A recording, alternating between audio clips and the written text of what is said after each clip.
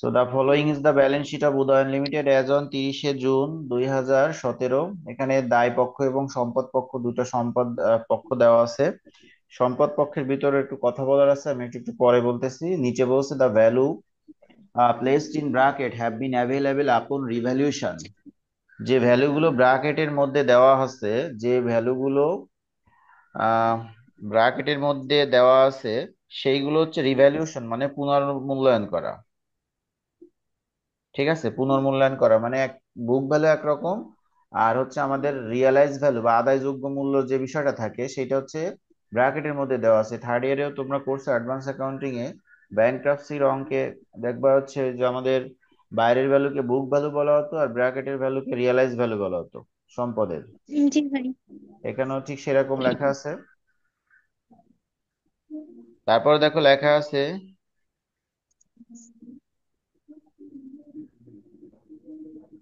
তোমার লেখা আছে you are also given the following profits of the company for last 5 year. বিগত 5 বছরের প্রফিটটা এখানে দেওয়া আছে। 5 বছর বলতে 2013 থেকে 2017 পর্যন্ত। তাহলে এটা বলো তো এর মধ্যে কি চলতি বছরের প্রফিট আছে? হ্যাঁ আছে। জি পাঁচ ভাই লাখ আছে। 50,000। ওকে, তাহলে আমরা বললাম এখানে আমার অঙ্কটা 5 বছর এবং 5 বছরের প্রফিট দেওয়া আছে। এবার আসো, on the basis of the above information, you are asked to find the value of share on the basis of intrinsic value method। এখানে দেখো ইন্ট্রিনসিক ভ্যালু মেথডে আমাদেরকে অঙ্ক করতে বলছে, শেয়ারের মূল্য বের করতে বলছে। এখন এইটা তো শেয়ার চেয়ে ফেলাইছে, আমার তো এটা খেয়াল ছিল না। আচ্ছা যাক, শেয়ারের সমস্যা নেই, আমরা শেয়ারটা এখন শিখবো না, শেয়ারের মূল্য অন্য অঙ্কে শিখবো। আমরা আপাতত গুডউইলটা বের করি, ঠিক আছে? আমাদের জি শেয়ারের ভাই। নিয়ম আছে আলাদা, এখান থেকে জাস্ট আমি গুডউইলটা শেখানোর জন্য বলতেছি। শেয়ারের এইখানেও যা মূল শেয়ারের আলোচনা ওই সময় যে সে একই আলোচনা হবে, সমস্যা নেই। তো দেখেন আমরা প্রথমে এখানে আপনাদের শেয়ারের মূল্য বের করতে বললে এটা মাথায় আনবেন না, আমরা গুডউইলের মূল্য ছাড়া কোথাও কোনো শেয়ারে যাওয়া যাবে না। আমি প্রথম একদিনও বলেছিলাম যে আমাদের শেয়ার ভ্যালুয়েশনের অঙ্ক করতে গেলেও আমাদের ফার্স্টে আগে গুডউইল নির্ণয় করতে হবে এবং সেটা সুপার প্রফিট মেথডে। তো আমরা এই মেথডে এখানে আগে সুপার প্রফিটে গুডউইলটা নির্ণয় করব, শেয়ারে অন্য একটা অঙ্কে আমরা এটার ব্যবহার শিখবো, ঠিক আছে? তাহলে সেই হিসেবে দেখেন আমরা প্রথমে ক্যাপিটাল এমপ্লয়েড নির্ণয় করব। ক্যাপিটাল এমপ্লয়েডে present value of total asset নির্ণয় করব। এখন আমাদের যে কথাটা বলা ছিল যে আমাদের সম্পত্তির যদি বুক ভ্যালু এবং মার্কেট ভ্যালু দেওয়া থাকে বা বাজার মূল্য দেওয়া থাকে, তা সেইটা নিয়ে আমাদের বাজার মূল্যটা নিয়ে কাজ করতে হয়। কিন্তু এই অঙ্কটা করানোর উদ্দেশ্য হচ্ছে এটা সরাসরি নিচে আমাদের বাজার মূল্য দেওয়া নাই, বাট এখানে দেখেন প্লান্টের বুক ভ্যালু ছিল 10,60,000 আর এই যে ব্র্যাকেট দেয়া 15 লাখ, আমরা এটাকে রিয়েলাইজ ভ্যালু বলেছি, নিচে বলেছিল রিভ্যালুয়েশন মানে পুনর্মূল্যায়ন করার পরে দেওয়া হয়েছে। তা যাই বলুক না কেন আমাদের বুক ভ্যালু এবং আর অন্য যে ভ্যালুটা থাকে সেটাকে আমরা সবসময় এই অঙ্কের জন্য মার্কেট ভ্যালু হিসেবে ধরবো। একটা সম্পদের দুটা ভ্যালু দেওয়া থাকলে যেটা তো ব্যালেন্স শিটের ভ্যালু সেটা তো অবশ্যই বুক ভ্যালু হিসেবে ধরবো, আর পাশাপাশি যে মূল্যটা থাকবে ওইটাকে আমরা সবসময় কি ধরবো, মার্কেট ভ্যালু ধরবো। মার্কেট ভ্যালু করবো। তাহলে সেই হিসেবে দেখেন আমাদের প্লান্ট বিল্ডিং ডেপ্টর এবং স্টক ইন ট্রেড প্রত্যেকের ব্র্যাকেট দিয়ে যে মূল্যটা, মূলত এইটাই হচ্ছে মার্কেট ভ্যালু এখানে। কথা কি বুঝতে পারছেন? ভাই ওই রিয়ালাইজ ভ্যালুরই মার্কেট ভ্যালু ধরবো। হ্যাঁ, রিয়েলাইজ ভ্যালু মানে আদায়যোগ্য মূল্য, মার্কেট ভ্যালু মানে বাজার মূল্য, বাজারে যে মূল্যটা সেইটাই মূলত আদায় করা যায়, ঠিক আছে? তো এই কারণে হচ্ছে আমাদের এখানে ব্র্যাকেটের মূল্যটাকে আমরা এখানে রিয়েলাইজ ভ্যালু বলতে পারি, মার্কেট ভ্যালু বলতে পারি, যাই বলতে পারি না কেন আমরা একই সাথে এখানে লিখবো, ঠিক আছে? একই বিবেচনায়। তাই দেখেন প্রত্যেকের plant building debtor stock interest প্রত্যেকের ব্র্যাকেটের যে মূল্যটা সেইটাই এখানে কিন্তু উপস্থাপন করা হয়েছে।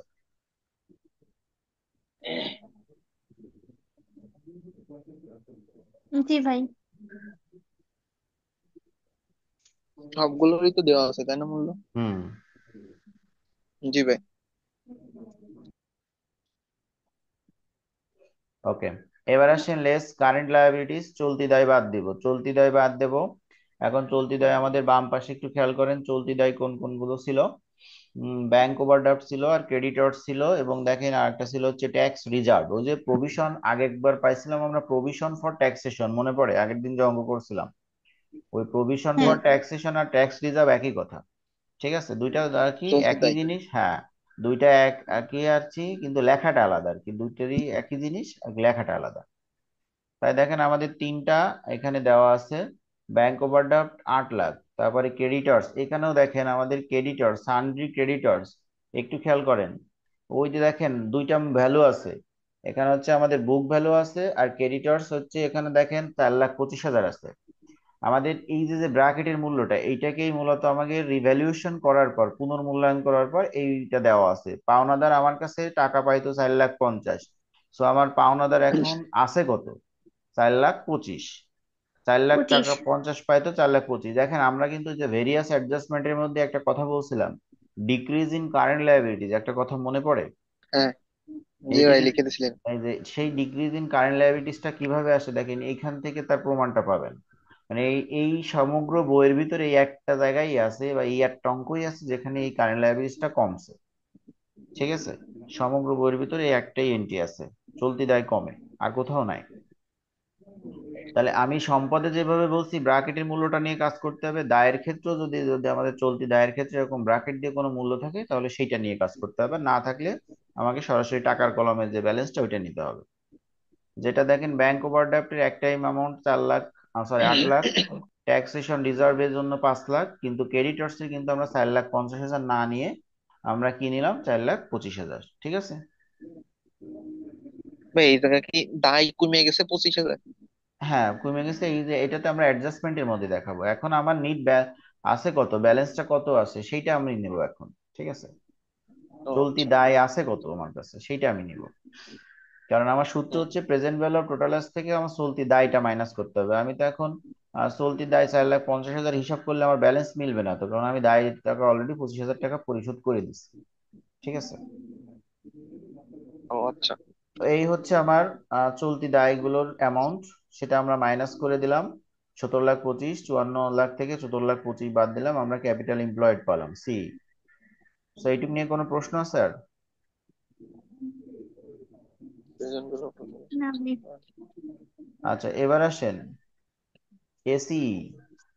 দেখেন এসি অ্যাভারেজ ক্যাপিটাল এমপ্লয়েডে আমাদের প্রথমে সিই, তার থেকে আমাদের half of the current year adjusted profit বাদ যায়।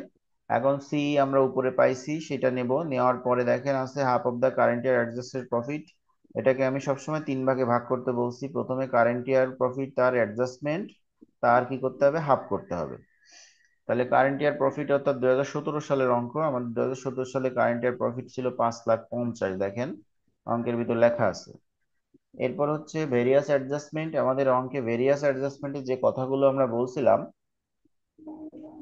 প্রথমে ব্যাড ডেপ্টের বিষয় বলি। ব্যাড ডেপ্টের বিষয় এখানেও কিন্তু একটা কাহিনী আছে, সেটা হচ্ছে ব্যাড ডেপ্ট কোথাও উল্লেখ নাই, কিন্তু উপরে যায় আপনি দেখেন ডেপ্টর দেনাদারের কাছে আপনার পাওয়ার কথা ছিল 9,50,000। দেনাদারের কাছে পাওয়ার কথা ছিল আপনার 9,50,000, কিন্তু আপনি পাইছেন কত? নয় পাইছি লাখ 9 লাখ। পাইছি। এই যে বাকি 50,000 পান না, এটা হচ্ছে তো আপনার ব্যাড ডেপ্ট, এটা আপনি আদায় করতে পারেননি, অনাদায়ী রয়েছে এটা। ঠিক আছে, 9,50,000 আচ্ছা। পাওয়ার কথা, সেখানে আপনি 9 লাখ পাইছেন, তাহলে সে বাকি 50,000 টাকা আপনি পান নাই, সুতরাং এটা আপনার অনাদায়ী। এখানে আবার কেউ প্রশ্ন করেন না, ভাই 9,50,000 পাবো যদি যা 10 লাখ দেওয়া থাকে? এটা সম্ভব না, কারণ আপনি যা পাবেন তার বেশি আদায় করা না। সম্ভব না। ঠিক আছে। হুম হুম। আচ্ছা তাহলে এখানে 9 লাখ পাইছি, 50,000 টাকা ব্যাড ডেপ্ট হিসেবে, তাই মাইনাস ফিগার দেখাইছি। এবার আসেন ডিক্রিজ ইন কারেন্ট লায়াবিলিটিস, যা আমাদের আগে কোনোদিন অঙ্কে আসে নাই, এই অঙ্কটাই আসছে। ওই যে ব্যাড সানরি ক্রেডিটর্স এর কথা বলছিলাম, 4,50,000 ছিল, 4,25,000, বাকি 25,000 টাকা আমার কমে গেছে। তাহলে দেখেন এটা কিন্তু হুম। প্লাস হইতো, দুইটা জিনিস প্লাস হইতো আমাদের, মনে করে দেখেন interest on long term liabilities এটা প্লাস হইতো, আর ডিক্রিজ ইন কারেন্ট লায়াবিলিটিস, তাই এটা কিন্তু কারেন্ট লায়াবিলিটিস ডিক্রিজ হয়েছে, তাই এটা কিন্তু প্লাস ফিগারে আসছে। এছাড়া অঙ্কের মধ্যে কোনো স্থায়ী সম্পত্তির পাশে অ্যাট কস্ট দেওয়া ছিল না, বা অন্য কোনো কিছু ছিল না, যে কারণে আমাদের এখানে কোনো অবচয় আসতেছে না, কোনো ইনভেস্টমেন্টও ছিল না, তার সুদ আসতেছে না, বিশেষ করে নন ট্রেডিং ইনভেস্টমেন্টটা ছিল না। তো এই দুটো আমরা সমন্বয় করলাম, সমন্বয় করলে প্লাস মাইনাসে মাইনাস হয়ে গেল, -25,000। 5,50,000 থেকে 25,000 বাদ দিলাম, পালাম 5,25,000। এবার এর সাথে আমরা বলছি ইনকাম ট্যাক্স বাদ দিতে হয়, মুখস্থ 40%।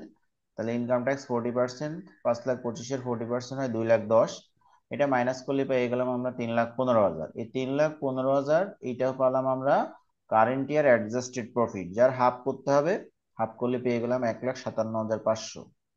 উপরে 36,75,000 থেকে একটা বাদ দিলে আমরা পেলাম 35,17,500। এসি নিয়ে কোনো কোশ্চেন? না ভাই। ওকে। ভাই ওই যে ট্রেডিং ইনভেস্টমেন্ট আর নন ট্রেডিং ইনভেস্টমেন্ট সম্পর্কে যে কথাটা বলেছিলেন যে কোনটাতে সুদ পাওয়া যায় আর যায় না, এটা একটু আবার বলবেন? ট্রেডিং ইনভেস্টমেন্টের ব্যবহার হয় শুধু present value of total asset নির্ণয়। আর নন ট্রেডিং ইনভেস্টমেন্টের কোনো ফেস ভ্যালুর ব্যবহার হয় না। নন ট্রেডিং ইনভেস্টমেন্টের সুদের ব্যবহার হয় এই ভেরিয়াস অ্যাডজাস্টমেন্টের মধ্যে।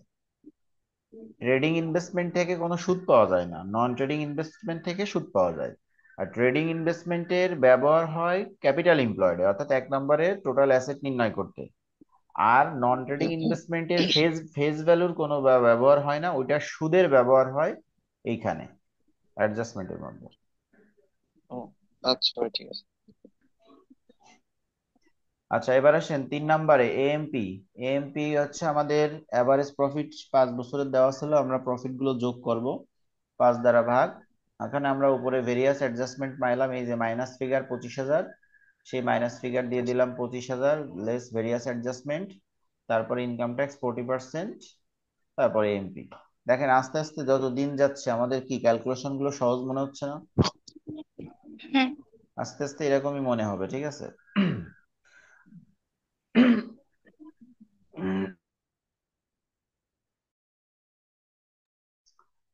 ওকে, তাহলে এএমপি বুঝলাম। এরপরে আসেন এনপি, নর্মাল প্রফিট, এসি গুণ এনআরআর। এখন দেখেন তো অঙ্কের মধ্যে আমাদের এনআরআর দেওয়া ছিল না, বাট আমাদের সূত্রের সাহায্যে বের করারও কোনো সুযোগ নাই, না থাকলে কত পার্সেন্ট ধরবো?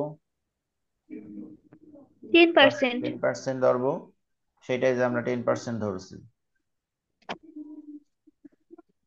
আচ্ছা, এরপরে সুপার প্রফিট বের করতে হবে।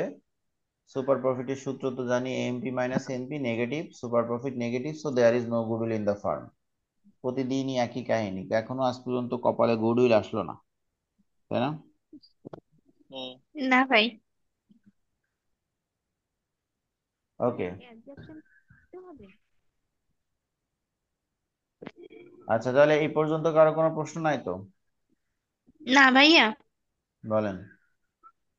ওই যে নিচে হচ্ছে লিখছেন ইনকাম ট্যাক্স 40%, নর্মাল রেট আচ্ছা, হচ্ছে এগুলো টেন হচ্ছে, পার্সেন্ট এটা কি লিখে দিতে হবে? এগুলো আমি একটু বলে রাখি। দেখেন আমাদের মূলত অ্যাজাম্পশন লিখতে হয়, আমি এটা আপনি শেষের দিন ক্লাসে বলবো ভাবছিলাম, তারপরও বলে দিই। এখানে প্রত্যেকটা অঙ্কে আপনি অ্যাজাম্পশন লিখবেন। তো এই শেষে অ্যাজাম্পশন মানে কি বলেন তো? ধারণা, কি কি ধারণা করছেন আপনি। কি ধারণা করি, যেমন আমরা দেখেন এখানে কয়েকটা নোট আমি আপনাদের লেখায় দিচ্ছি, সেটা হচ্ছে যে নন ট্রেডিং ইনভেস্টমেন্টের সুদের হার দেওয়া না থাকলে 10% ধরতে হয়। লং টার্ম লায়াবিলিটি সুদের হার না দেওয়া থাকলে কত পার্সেন্ট ধরতে হয়? 10% ধরতে হয়। ইনকাম ট্যাক্স রেট দেওয়া না থাকলে 40% ধরতে হয়।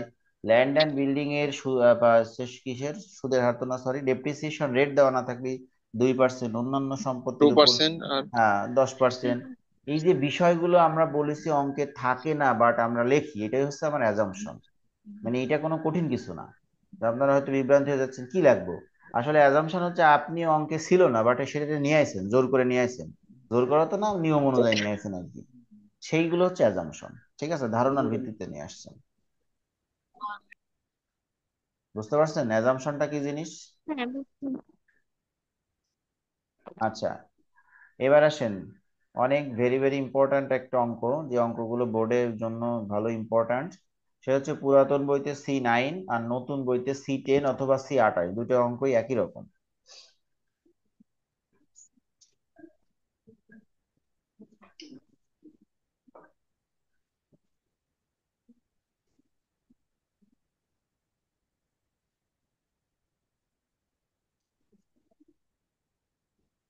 আমি C10 এর পিকটা দিয়েছি, দেখেন এসের ভিতর গ্রুপে, আর যারা পাননি তারা একটু বের করেন, 1596 পেজ বের করেন। C10টা ভাই দেখবেন আর পাইছি। C28টা একই রকম, C10 C28 দুটোই একই রকম।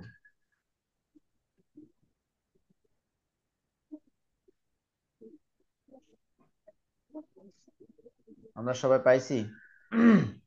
হ্যাঁ। আচ্ছা, এই অঙ্কটা একটু সবাই মনোযোগ সহকারে দেখবেন। এখানে অনেক এই ধরনের অঙ্কই মূলত প্যাচ গোজের অঙ্কই একটু আমাদের মাঝে মাঝে এসে থাকে, একটু খেয়াল করি। প্যাচ গোজ না, সহজ আছে বুঝতে পারলে। দেখেন লেখা আছে, the following information relate to a garment manufacturing concern. বলছে total, the total of the asset side of the balance sheet 62 lakh.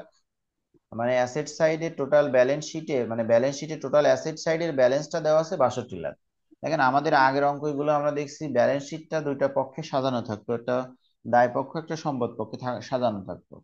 এখানে সে সাজানোটা নেই, একবারেই আপনাকে টোটাল অ্যাসেট বলে দিছে। একবারে টোটাল অ্যাসেট কত বলে দিছে? 62 লাখ টাকা। 62 লাখ। এবার এর ভিতর 62 লাখ টাকার মধ্যে ইনক্লুড আছে কি কি আছে? ইনক্লুড গুডউইল আছে, প্রিলিমিনারি এক্সপেন্স আছে, ইনভেস্টমেন্ট আছে, ল্যান্ড আছে, বিল্ডিং আছে। মানে ওই 62 লাখ টাকার মধ্যে এগুলো আবার কি আছে? অন্তর্ভুক্ত আছে। ঠিক আছে, 62 লাখ টাকার মধ্যে এই সম্পদগুলো কি আছে? অন্তর্ভুক্ত আছে। ইনক্লুড আছে। অন্তর্ভুক্ত আছে। আচ্ছা, এবার আসেন নিচে। এখানে সবগুলো আলোচনা আস্তে আস্তে সামনে আমরা পাবো, জাস্ট আগে প্রথম লেখাটা বলি। 40% of the investment are for replacement of asset. ইনভেস্টমেন্টের 40% হবে রিপ্লেসমেন্ট অফ অ্যাসেট বাবদ। 30% are meant for meeting seasonal requirement. 30% হবে সিজনাল, হচ্ছে শর্ত অনুযায়ী। আমরা সিজনাল জিনিস বলতে কি বোঝাই বলেন তো? সবসময় থাকে না, সিজনে সিজনে আসে। তো সেরকম একটা বিষয় বলেছে, হ্যাঁ। এবার বলছে দেখেন তাহলে 40% আর এই 30% মোট কত পার্সেন্ট হলো? 70%। 70%। আচ্ছা, এবার দেখেন মানে এটা হচ্ছে ইনভেস্টমেন্টের কাহিনী বলতেছে। আর বলছে and the rest represent ideal, represent fund. এটুকের নিচে সবাই একটু সুন্দর করে দাগ দিয়ে রাখেন। And the rest represent fund, এটুকের নিচে দাগ দেন। কিন্তু ভাই। তাহলে বলছে অ্যান্ড দ্য রেস্ট মানে কি? অবশিষ্ট। তার মানে অবশিষ্ট বলতে আমরা 40% আর 30% মোট পাইছি 70%। তাহলে 100% পড়তে আর কত পার্সেন্ট থাকে? 30% থাকে। 30%। এই থার্টি 30%। পার্সেন্ট রিপ্রেজেন্ট উপস্থাপন করা হয়েছে ফান্ড, ফান্ডস নামে। Not directly connected with the operation of the business, যা সরাসরি বিজনেসের সাথে জড়িত নাই। তাহলে দেখেন আমরা কিন্তু ইনভেস্টমেন্ট নিয়ে কাজ করতেছি। আমাদের ইনভেস্টমেন্টের নন ট্রেডিং চিনবো কিভাবে? আইডিয়াল ফান্ড, আইডিয়াল অথবা ফান্ড লেখা থাকবে বলছিলাম। হ্যাঁ। জি ভাই। এই জায়গায় কিন্তু সেই ফান্ডটুকু লেখাই আছে।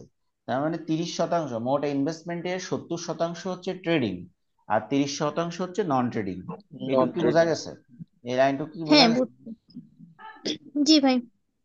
এবার বলছে the market value of the investment amounting two টাকা 18 লাখ। ইনভেস্টমেন্টের বাজার মূল্য নির্ধারণ করা হয়েছে 18 লাখ টাকা। Market value of, market value of land amounting two টাকা 15 লাখ। হোয়াইল দ্যাট বিল্ডিং টাকা 8 লাখ। দেখেন প্রত্যেকটা উপরে যে সম্পদগুলো ছিল, ইনভেস্টমেন্ট, ল্যান্ড, বিল্ডিং, এদের মার্কেট ভ্যালু আবার নিচে দেওয়া আছে। ওইগুলো তাহলে অবশ্যই বুক ভ্যালু ছিল উপরে। উপরের গুলো কি ছিল? বুক ভ্যালু ছিল। বুক বুক ভ্যালু। ভ্যালু ছিল। যেহেতু ব্যালেন্স শিটের ভ্যালু মানেই তো আমরা বুক ভ্যালু বলছি, আর ওদের মার্কেট ভ্যালুটা নিচে দেওয়া আছে।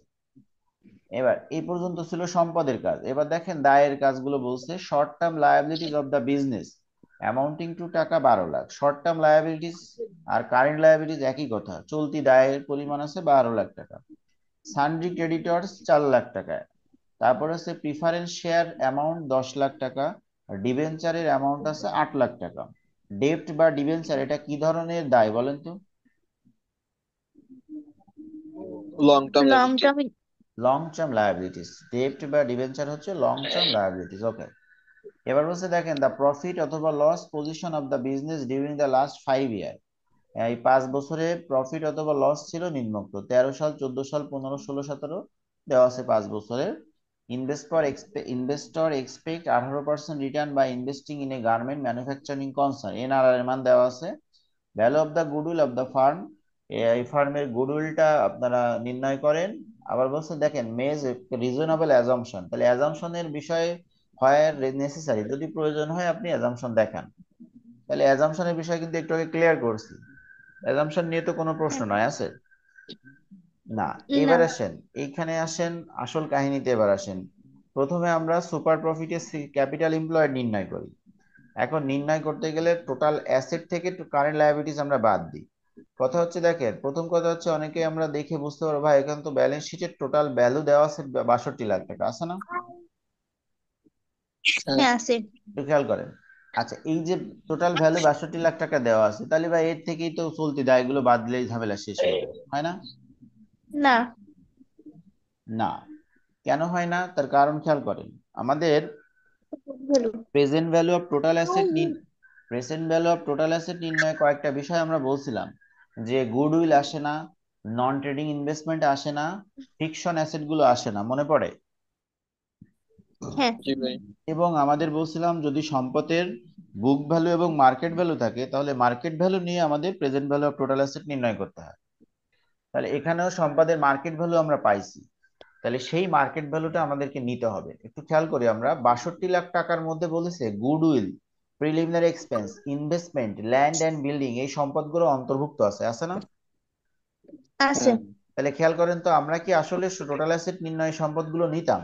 গুডউইল, প্রিলিমিনারি এক্সপেন্স এ তো নিতাম না, ইনভেস্টমেন্টের ট্রেডিং অংশটুক নিতাম। ইনভেস্টমেন্ট বলা আছে মানে কি, এর ভিতর ট্রেডিং নন ট্রেডিং উভয় আছে না?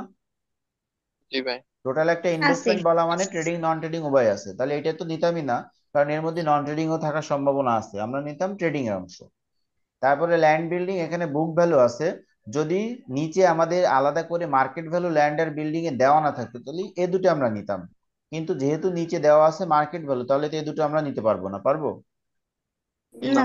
না, মার্কেট ভ্যালু থাকলে সেক্ষেত্রে আমরা মার্কেট ভ্যালু অবশ্যই নিতে হবে। তাহলে ওই 62 লাখ টাকাকে এখন রিফ্রেশ করতে হবে আমাদের।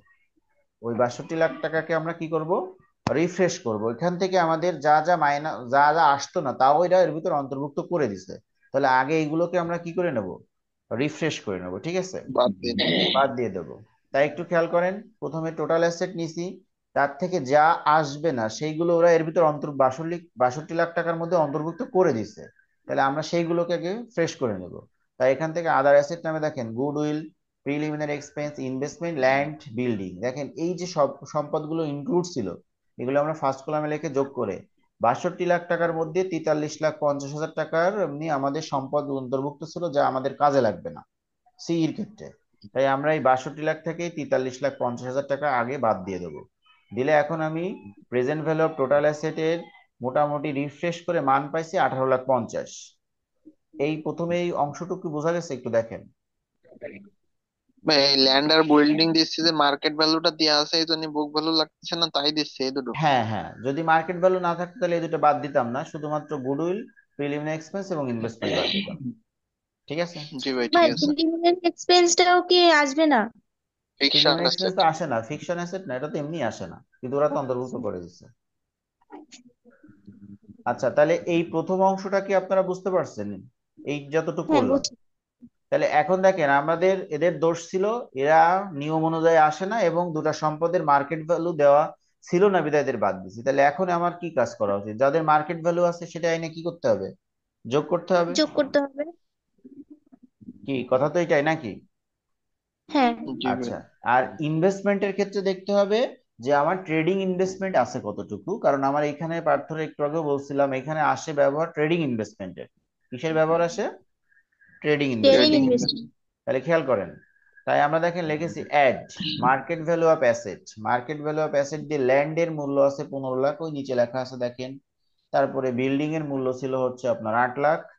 আর ইনভেস্টমেন্টের ওই বিষয়টা আমরা কিন্তু অলরেডি পড়েই ফেলাইছিলাম, যে উপরে যে টোটাল ইনভেস্টমেন্ট দেওয়া ছিল আমাদের হচ্ছে ওর মধ্যে ট্রেডিং নন ট্রেডিং উভয় আছে, কিন্তু আমরা এখানে শুধুমাত্র ট্রেডিং ইনভেস্টমেন্টের মার্কেট ভ্যালু নেব। এখানে কত কি নেব, ট্রেডিং ইনভেস্টমেন্টের ট্রেডিং ইনভেস্টমেন্টের মার্কেট মার্কেট ভ্যালু। ভ্যালু। তাহলে দেখেন মোট মার্কেট ভ্যালু যে লেখাই আছে, the market value of the investment 18 lakh টাকা।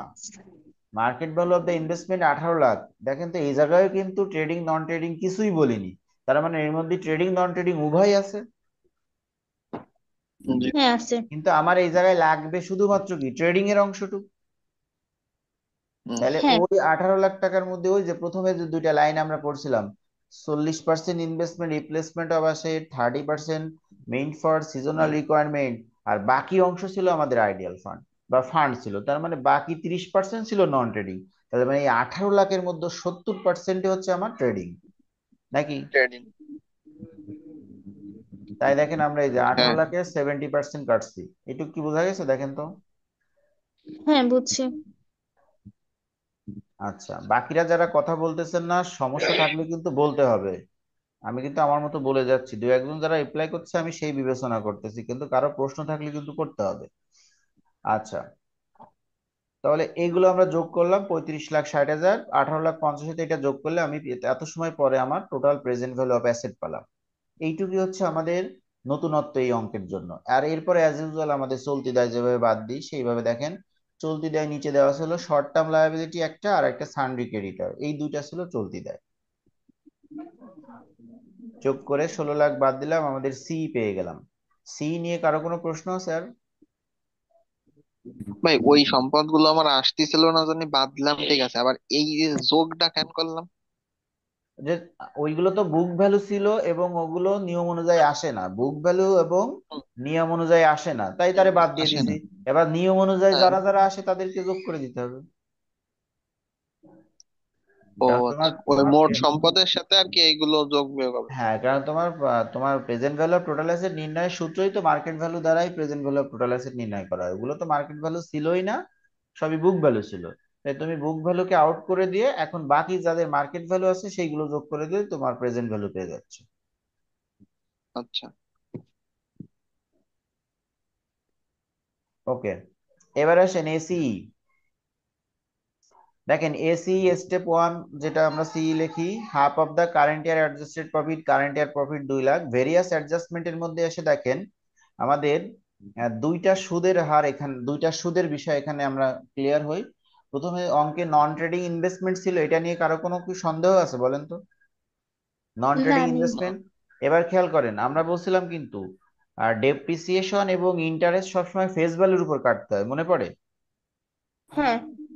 ডেপ্রিসিয়েশন এবং ইন্টারেস্ট এগুলো কিন্তু সবসময় ফেস ভ্যালুর উপর কাটতে হয়, এগুলো কখনো মার্কেট ভ্যালুর উপর কিন্তু কাটতে হয় না। তাই কিন্তু আমরা দেখেন interest on non trading investment উপরে আমাদের টোটাল ইনভেস্টমেন্ট ছিল হচ্ছে 15 লাখ। টোটাল ইনভেস্টমেন্ট কত ছিল? 15 লাখ। পনেরো। যার 30% হচ্ছে নন ট্রেডিং। যার কত পার্সেন্ট নন ট্রেডিং? ওই যে নিচে লেখা ছিল যে রেস্ট ফান্ড, রেস্ট অবশিষ্ট অংশ হবে কত পার্সেন্ট? আইডিয়াল ফান্ড হবে না? তাহলে সে অবশিষ্ট কত পার্সেন্ট ছিল? 30% ছিল না? ছিল। উপরে যে 15 লাখ ছিল ওইখানে 30% হচ্ছে নন ট্রেডিং আর 70% ছিল ট্রেডিং। তাই আমরা দেখেন হুম। 15 লাখের 30% কাটলে নন ট্রেডিং এর ফেস ভ্যালু পাচ্ছি। আর সুদের হার না দেওয়া থাকলে কত পার্সেন্ট ধরতে হয়? দশ টেন পার্সেন্ট ধরতে হয়। পার্সেন্ট সেইটা আমরা ধরছি এখানে। এটুক নিয়ে কোনো প্রশ্ন আছে? না। এটুক শুধু মাথায় রাখবেন কিন্তু, যে সবসময় ফেস ভ্যালুর উপর কাটতে হয়। এবার দেখেন ডিবেঞ্চার, আমরা বলছিলাম লং টার্ম লায়াবিলিটিস, তাহলে ওই সেই 8 লাখের উপর 10% আমরা কাটছি। ঠিক আছে। ইনভেস্টমেন্ট আর ডিপ্রিসিয়েশন হচ্ছে বুক ভ্যালুর উপর কাটতে হয়। ইন্টারেস্ট এবং ডেপ্রিসিয়েশন রেট ও সবসময় ফেস আচ্ছা। ভ্যালুর উপর কাটতে হয়। আচ্ছা, এই দুইটাই আমাদের দেখেন অ্যাডজাস্টিং টাইম 1 মিনিটেরও কম আছে, এই দুটো অ্যাডজাস্টিং করে এখানে আর কোনো কঠিন কিছু নাই। আমি অঙ্কটা এভাবে ভিডিওটা দিয়ে দিচ্ছি, আপনারা দেখে নেক্সট দিন যদি কোনো প্রশ্ন থাকে করে দিয়ে করেন আমাকে, ঠিক আছে? এখনই কেটে যাবে, কঠিন যতটুকু ছিল আমি বুঝাই দিচ্ছি। একটু স্ক্রিনশটটা নিতে গেলেই কেটে যাবে, আপনারা একটু ভিডিও কষ্ট করে ই করে, ওটা কি বলা হয়, স্টপ করে মাঝে মাঝে একটু স্ক্রিনশট দিয়ে এগুলো দেখে নেন, ঠিক আছে? আচ্ছা ভাই, ঠিক আছে। আচ্ছা, এটা এইচডব্লিউ কি দিব নাই? দেন।